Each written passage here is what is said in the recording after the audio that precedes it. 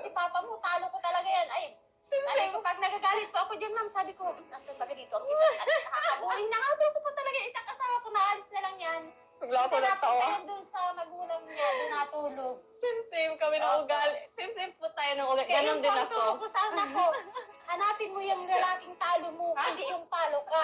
Kasi pag talo ka, palagi kang sasaktan yan. Pero pag talo mo, hindi yan sa'yo makakapagsakit. Dali kong ganyan. Totoo, no? Tayong mga kababaihan, dapat hindi natin i-allow yung mga lalaking nang aabuso, lalo na physically. Ako po ay namulat po talaga ako. Nasaksihan ko po sa murang edad ko pa lang na binubugbog yung mama ko.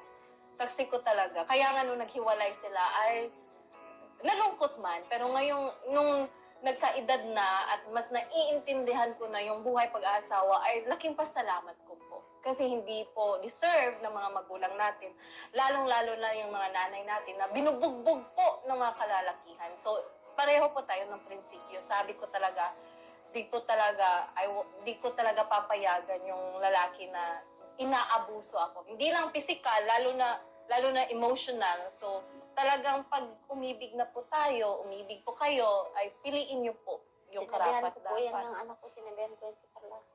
Kung may nakaasawa sa'yo, nasasaktan ka. Ako pa lang, hahabulin ko na yan talaga. O siya sa akin magpakita. Yun, Sabi yung niya, mga- tama yun. Masyadong matapang si mama. Ay, siyempre, anak ko, paprotektahan ko. Kaya sabi ko, maghanap ka ng lalaking mamahalin ka na hindi saktan. Kasi pag sinaktan ka niya, ako pa lang. Sabi kong ganyan. So, ayun. Ay, ako na mismo ang gaganti para sa kanya. Sabi kong ganyan. Napabilib po talaga ako sa iyo, ate, no. Natural, yung nanay, yung magulang na totoong nagmamahal sa anak, sila po talaga yan ang magiging kakampi mo. Kaya tayo mga anak, huwag po natin baliwalain ang ating mga magulang. Dahil yung meron tayo, pero yung pagmamahal